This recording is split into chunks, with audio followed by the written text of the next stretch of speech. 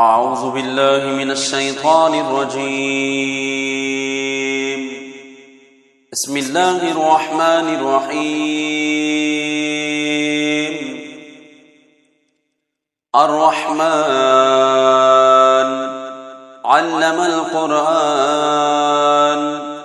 خلق الإنسان علمه البيان. الشمس والقمر بحسبان والنجم والشجر يسجدان. والسماء رفعها ووضع الميزان ألا تطغوا في الميزان وأقيموا الوزن بالقسط ولا تخسروا الميزان. والأرض وضعها للأنام فيها فاكهة والنخل ذات الأكمام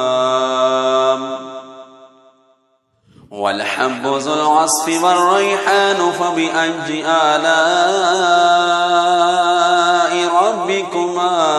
تكذبان. خلق الإنسان من صلصال كالفخار وخلق الجان من مارج من نار فبأي آلاء ربكما تكذبان. رب المشرقين ورب المغربين فبأي آلاء ربكما تكذبان. مرج البحرين يلتقيان بينهما برزخ لا يبغيان فبأي آلاء ربكما تكذبان. يخرج منهما اللؤلؤ والمرجان فبأي آلاء ربكما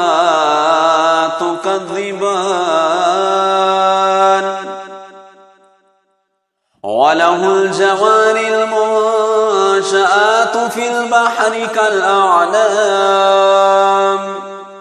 فبأي آلاء ربكما تكذبان. كل من عليها فان ويبقى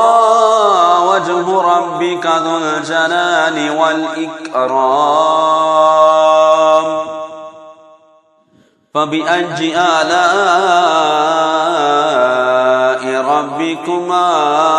تكذبان. يسأله من في السماوات والأرض كل يوم هو في شأن فبأي آلاء ربكما تكذبان. سنفرغ لكم أيها الثقلان فبأي آلاء ربكما تكذبان.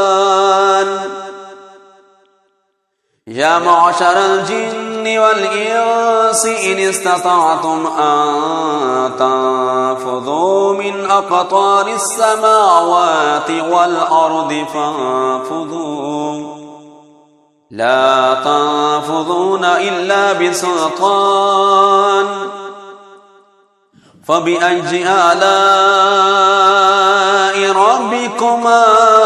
تكذبان.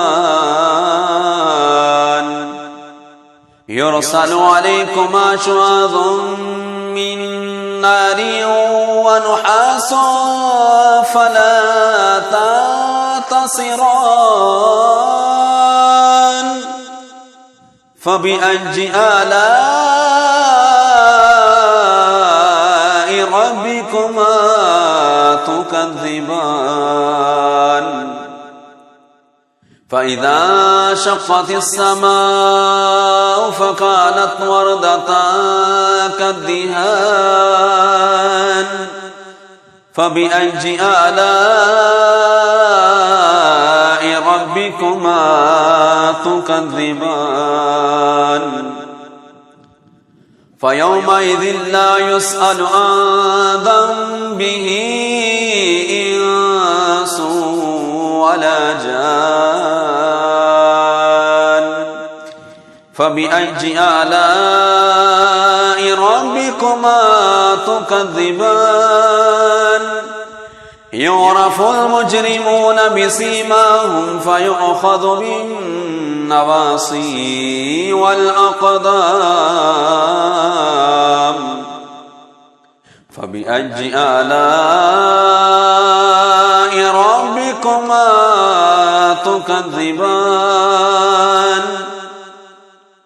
هذه جهنم التي يكذب بها المجرمون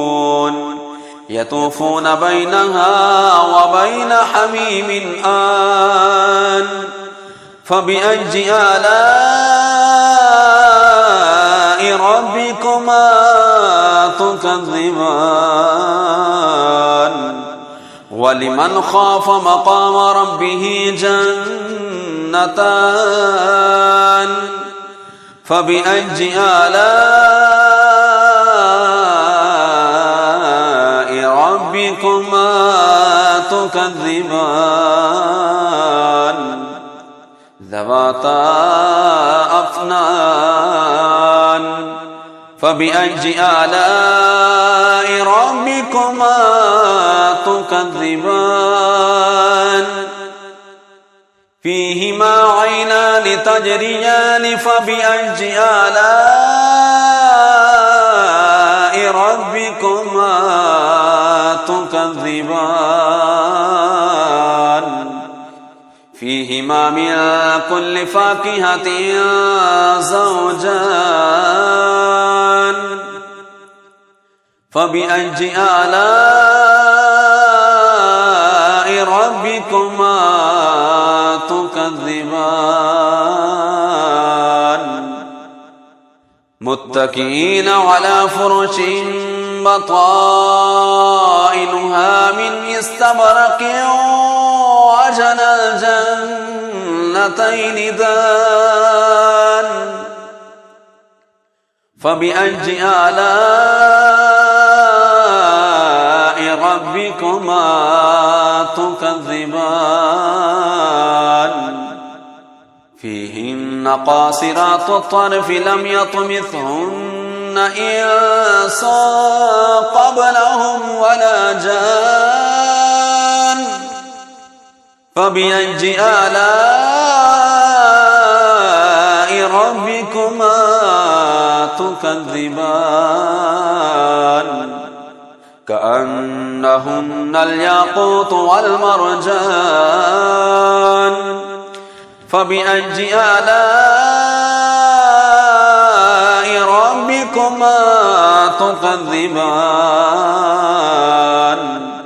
هل جزاء الإحسان إلا الإحسان فبأي آلاء ربكما تكذبان ومن دونهما جنتان فبأي آلاء ربكما تكذبان مدهامتان فبأي آلاء ربكما تكذبان فيهما عينان نضاختان فبأي آلاء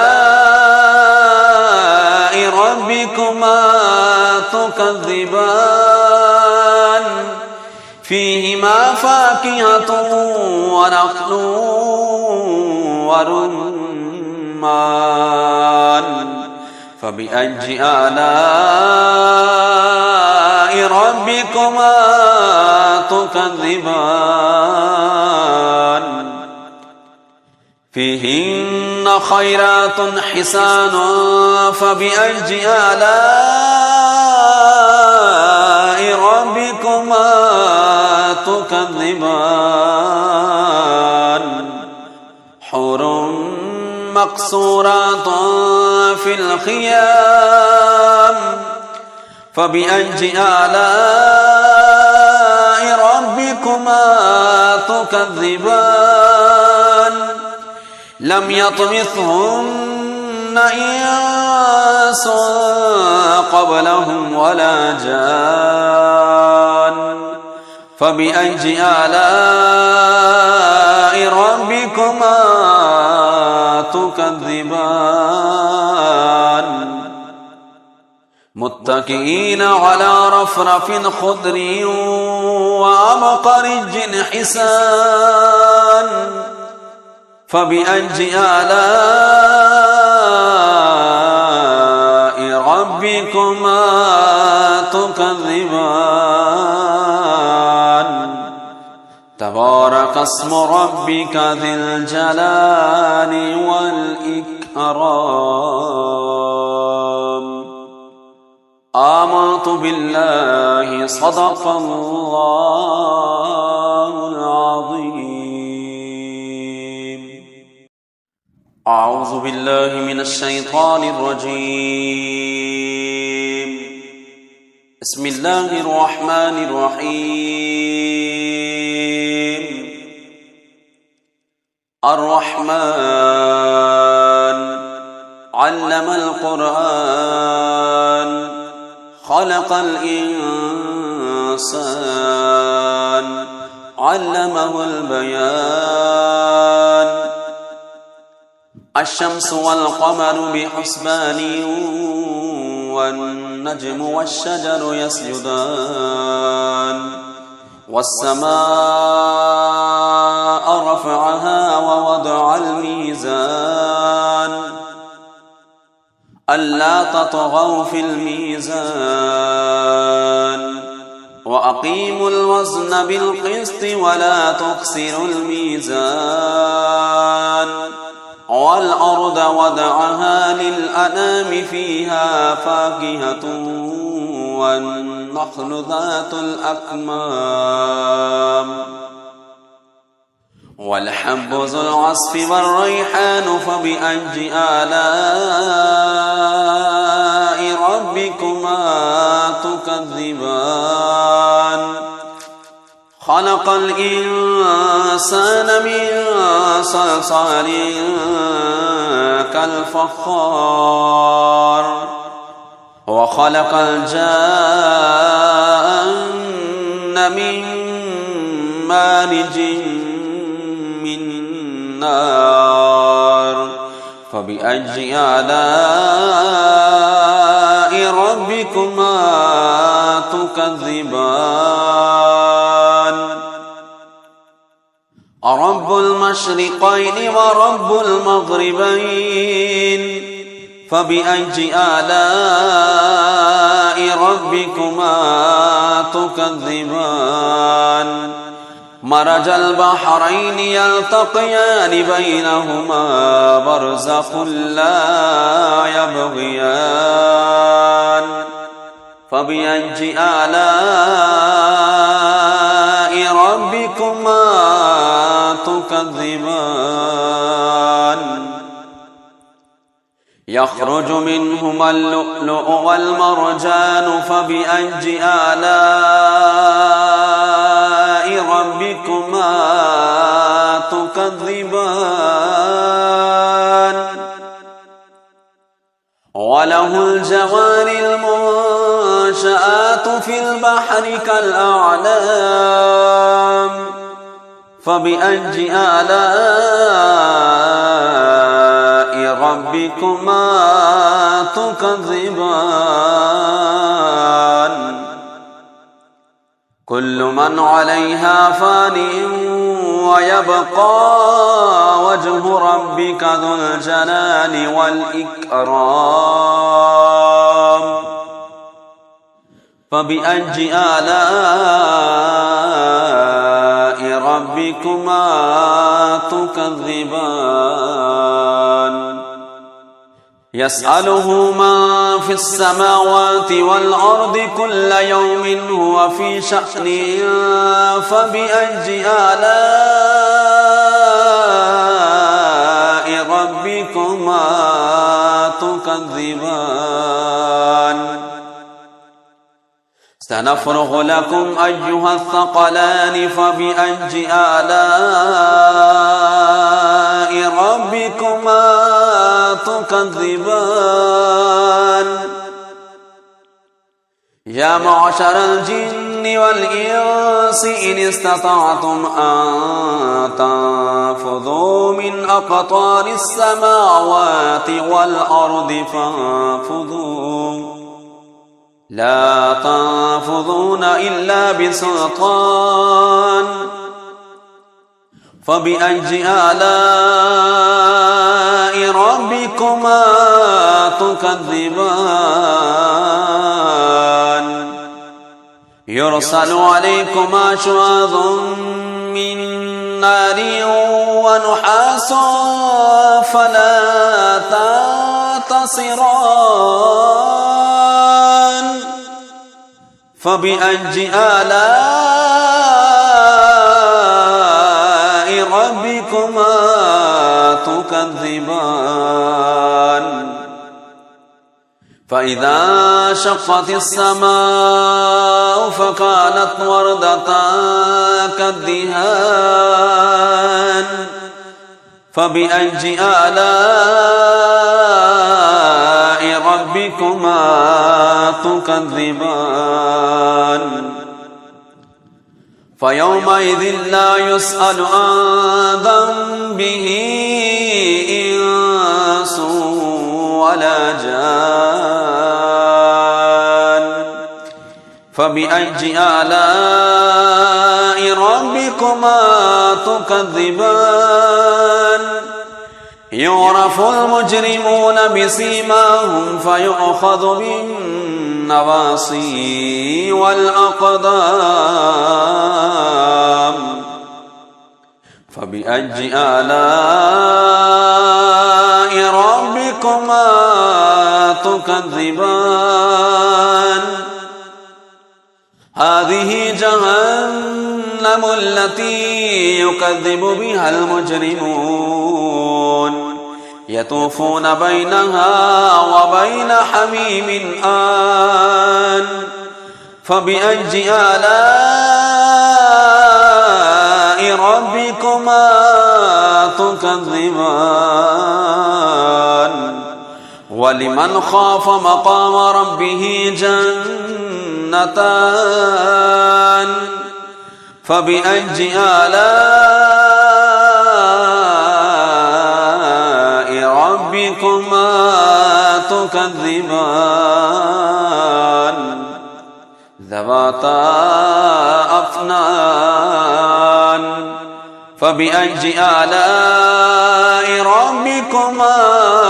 تكذبان فيهما عينان تجريان فبأي آلاء ربكما تكذبان فيهما من كل فاكهة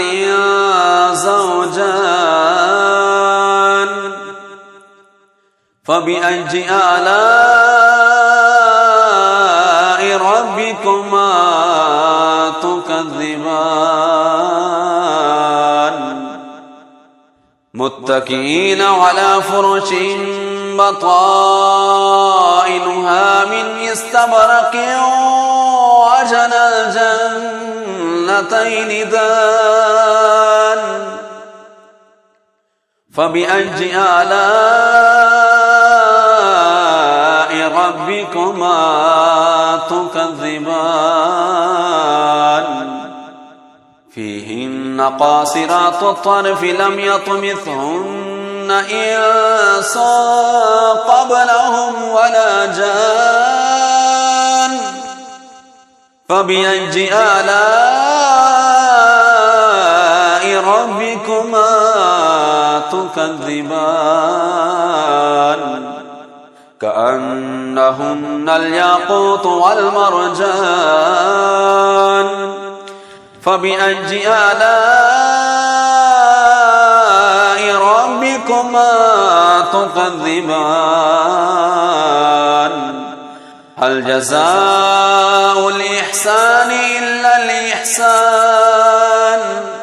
فبأي آلاء ربكما تكذبان ومن دونهما جنتان فبأي آلاء ربكما تكذبان مدهامتان فبأي آلاء ربكما تكذبان فيهما عينان نضاختان فبأي آلاء ربكما تكذبان فيهما فاكهة ونخل ورمان فبأي آلاء ربكما تكذبان فيهن خيرات حسان فبأي آلاء ربكما تكذبان حور مقصورات في الخيام فبأي آلاء ربكما تكذبان لم يطمثهن إنس قبلهم ولا جان فبأي آلاء ربكما تكذبان متكئين على رفرف خضر وعبقري حسان فبأي آلاء ربكما تكذبان تبارك اسم ربك ذي الجلال والإكرام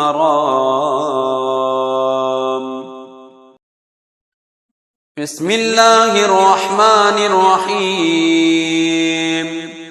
إذا وقعت الواقعة ليس لوقعتها كاذبة خافضة رافعة إذا رجت الأرض رجا وبست الجبال بسا فقالت هباء منبثا وكنتم أزواجا ثلاثا فأصحاب الميمنة ما أصحاب الميمنة وأصحاب المشأمة ما أصحاب المشأمة والسابقون السابقون أولئك المقربون في جنات النعيم ثلة من الأولين وقليل من الآخرين على سرر موضونة متكئين عليها متقابلين يطوف عليهم ولدان مخلدون بأكواب وأباريك وكأس من معين لا يصدعون عنها ولا ينزفون وفاكهة مما يتخيرون ولحم طير مما يشتهون وحور عين كأمثال اللؤلؤ المكنون جزاء بما كانوا يعملون لا يسمعون فيها لغوا ولا تأثيما إلا قليلا سلاما سلاما. وأصحاب اليمين ما أصحاب اليمين في سدر مخضود وطلح منضود وظل ممدود وماء مسكوب وفاكهة كثيرة لا مقطوعة ولا ممنوعة وفرش مرفوعة إنا أنشأناهن إنشاء فجعلناهن أبكارا عربا أترابا لأصحاب اليمين ثلة من الأولين وثلة من الآخرين. وأصحاب الشمال ما أصحاب الشمال في سموم وحميم وظل من يحموم لا بارد ولا كريم إنهم كانوا قبل ذلك مترفين وكانوا يصرون على الحنث العظيم وكانوا يقولون أئذا متنا وكنا ترابا وإذا من أئنا لمبعوثون أو آباؤنا الأولون قل إن الأولين والآخرين لمجموعون إلى ميقات يوم معلوم ثم إنكم أيها الضالون المكذبون لآكلون من شجر من زقوم فمالئون منها البطون فشاربون عليه من الحميم فشاربون شرب الهيم هذا نزلهم يوم الدين نحن خلقناكم فلولا تصدقون أفرأيتم ما تمنون أأنتم تخلقونه أم نحن الخالقون نحن قدرنا بينكم الموت وما نحن بمسبوقين على أن نبدل أمثالكم وننشئكم فيما لا تعلمون ولقد علمتم النشأة الأولى فلولا تذكرون أفرأيتم ما تحرثون أأنتم تزرعونه أم نحن الزارعون لو نشاء لجعلناه حطاما فظلتم تفكهون إنا لمغرمون بل نحن محرومون أفرأيتم الماء الذي تشربون أأنتم أنزلتموه من المزن أم نحن المنزلون لو نشاء جعلناه أجاجا فلولا تشكرون أفرأيتم النار التي تورون أأنتم أنشأتم شجرتها أم نحن المنشئون نحن جعلناها تذكرة ومتاعا للمقوين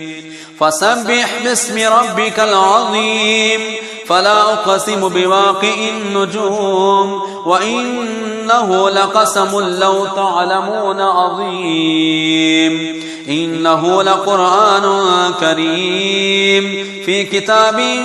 مكنون لا يمسه إلا المطهرون تنزيل من رب العالمين أفبهذا الحديث أنتم مدهنون وتجعلون رزقكم أنكم تكذبون فلولا إذا بلغت الحلقوم وأنتم حينئذ